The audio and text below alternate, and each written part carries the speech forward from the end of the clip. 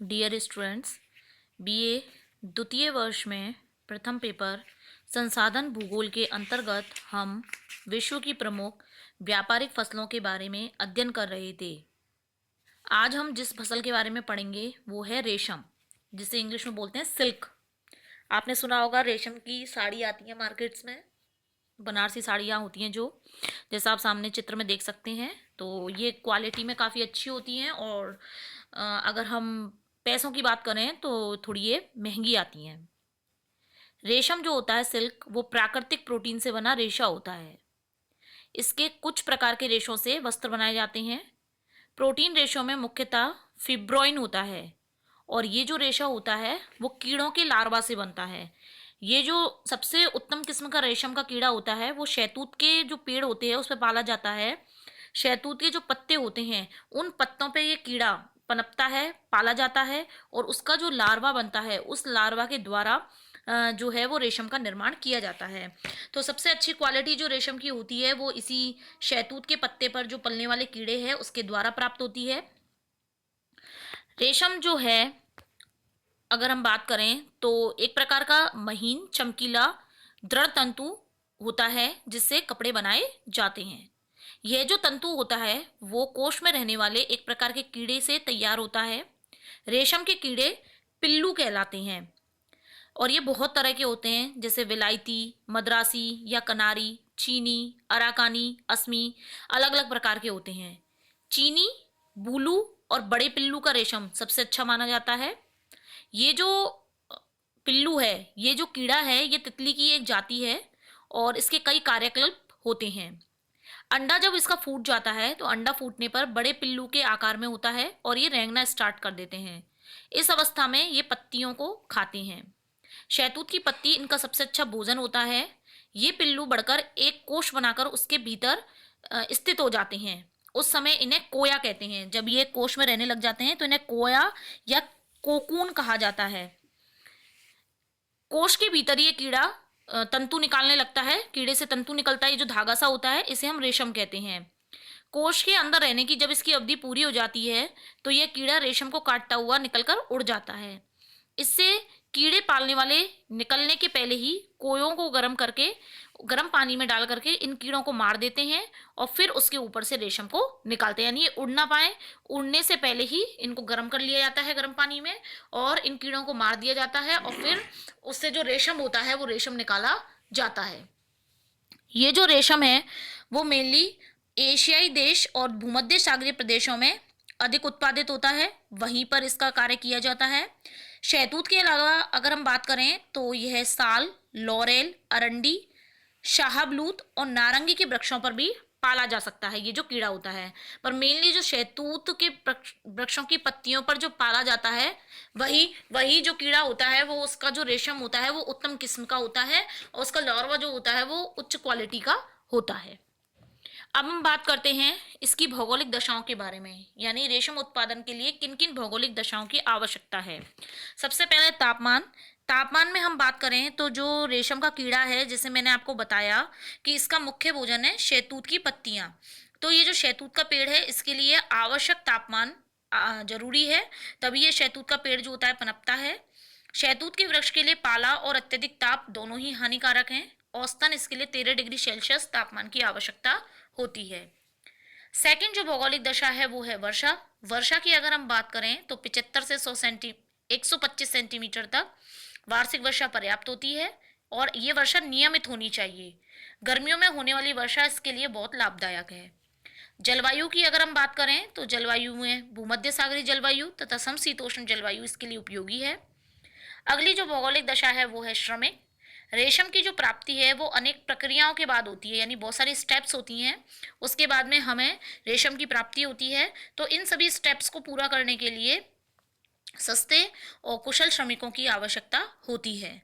जैसा हम बात करें, सबसे पहले नई नई पत्तियां तोड़ी जाती हैं, कीड़ों को पालने के लिए स्थानों को साफ करना पड़ता है, शीशों की अलमारियों में गर्म वायु पहुंचाना, रेशम को उसके कीड़े से अलग करना, साफ करना आदि सभी कार्यों के लिए सस्ते श्रम की आवश्यकता पड़ती है। इन सबके अतिरिक्त कुछ अन्य दशाएं भी हैं, जैसे कि रेशम के कीड़े की अच्छी वृद्धि और अधिक रेशम प्राप्ति के लिए प्राकृतिक परिस्थितियों के साथ साथ कृत्रिम वातावरण भी तैयार करा जाता है। मानव द्वारा विशिष्ट परिस्थितियां निर्मित की जाती हैं।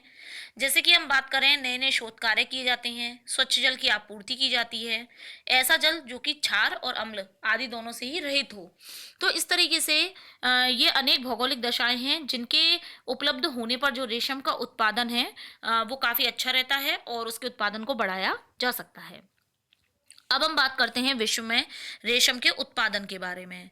तो विश्व में जितना रेशम उत्पादित होता है उसका 90% तो दक्षिण पूर्वी एशिया के देशों में होता है और 10% अन्य क्षेत्र करते हैं। विश्व में कच्चा रेशम की बात करें हम, तो कच्चा रेशम उत्पन्न करने वाले देशों में चीन, जापान, कोरिया, रूस तथा थाईलैंड मुख्य हैं। इनके अलावा ब्राज़ील, कंबोडिया, लाओस, वियतनाम आदि देशों में भी कुछ मात्रा में रेशम का उत्पादन किया जाता है। सबसे पहले हम बात करते हैं चीन के बारे में। चीन का विश्व में रेशम उत्पादन में प्रथम स्थान है।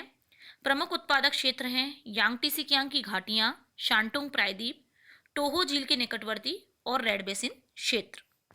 दूसरा स्थान आता है भारत का। भारत विश्व का लगभग 16.7% रेशम का उत्पादन करता है। भारत में जो रेशम उत्पादित होता है उसके 4 प्रकार हैं: मलबेरी, टसर, एरी और मूंगा। इन 4 तरह का रेशम का उत्पादन भारत में होता है। प्रमुख उत्पादक राज्यों की बात करें तो कर्नाटक, जम्मू कश्मीर, असम, बिहार और पश्चिम बंगाल प्रमुख उत्पादक राज्य हैं। भारत के कुल उत्पादन का 70% उत्पादन कर्नाटक से प्राप्त होता है। इसके अलावा अन्य उत्पादक क्षेत्रों की बात करें तो मुर्शिदाबाद, वीरभूमि, बांकुरा ये पश्चिम बंगाल में है, कोयम्बटूर, छोटा नागपुर, जम्मू कश्मीर, पंजाब और असम में भी रेशम का उत्पादन किया जाता है। भारत के बाद जो अगला उत्पादक देश है वो है जापान। जापान का है विश्व में 11वां स्थान। विश्व के कुल रेशम उत्पादन का 1.1% ये उत्पादित करता है। अधिकतर उत्पादन इसका ग्रामीण क्षेत्रों में होता है। यहाँ भी भारत की तरह ही जो शहतूत के वृक्ष हैं उस पर रेशम प्रदान करने वाले कीड़े पाले जाते हैं। अधिकतर वृक्ष पहाड़ी ढालों पर लगाए जाते हैं। प्रमुख उत्पादक क्षेत्रों की बात करें तो नागोना पहाड़ी क्षेत्र, क्वांटो का मैदान, हांशु के उत्तरी पूर्वी, मध्य एवं दक्षिणी, क्यूशू व शिकोकू पहाड़ी क्षेत्र, दक्षिण पूर्वी होक्काइडो आदि। वर्तमान में लेकिन जो जापान में रेशम का उत्पादन है वो उसमें गिरावट आ रही है। इसके बाद हम बात करते हैं रूस के बारे में। रूस में प्रमुख उत्पादक क्षेत्र हैं मास्को, इवानोवा, कालिनिन, व्लादिमीर। इसके अलावा रूस से जो पृथक हुए देश हैं लिथुआनिया, उज्बेकिस्तान, यूक्रेन, कजाकिस्तान, इनमें भी रेशम का उत्पादन होता है। इनके अंतर्गत जो प्रमुख क्षेत्र हैं वो हैं कॉकेशस पर्वत के ढालू प्रदेश, ताशकंद, जॉर्जिया गणराज्य, फरगना, फरगना उज्बेकिस्तान में है, अरब सागर के पश्चिमी, दक्षिणी तथा पूर्वी क्षेत्र आदि। इनमें प्रमुख रूप से रेशम का उत्पादन होता है। इसके बाद अन्य उत्पादक देशों की हम बात करें तो इसमें आते हैं कोरिया, इटली में पो नदी का बेसिन, फ्रांस में रोन नदी की घाटी, सीरिया में दमिश्क नगर के निकटवर्ती क्षेत्र, मिस्र में भूमध्य सागरीय जलवायु के क्षेत्र, ईरान, बल्गारिया, टर्की, स्पेन, यूनान आदि क्षेत्रों में भी थोड़ा बहुत रेशम का उत्पादन किया जाता है। तो रेशम उत्पादक देशों के बाद में अब हम बात करते हैं रेशम के अंतर्राष्ट्रीय व्यापारिक क्षेत्रों के बारे में, यानी कि अंतर्राष्ट्रीय स्तर पर किन देशों के द्वारा इसका आयात और निर्यात किया जाता है। रेशम के निर्यात की बात करें तो अधिकतर निर्यात यूरोपीय और अमेरिकन महाद्वीप के देशों को जाता है और प्रमुख निर्यातक देश हैं दक्षिण पूर्वी एशिया के देश, यानी दक्षिण पूर्वी एशियाई देश प्रमुख निर्यातक हैं और आयातक के अंतर्गत आते हैं यूरोपीय और अमेरिकन महाद्वीप के देश। मुख्य निर्यातक देशों के अंतर्गत आते हैं जापान, इटली, चीन, फ्रांस और भारत। प्रमुख आयातक देश हैं संयुक्त राज्य America, England, France, Switzerland, Hong Kong तथा अन्य यूरोपीय देश। तो यानी मेनली आयातकों में यूरोपीय और अमेरिकन महाद्वीप के देशों का ही योगदान है।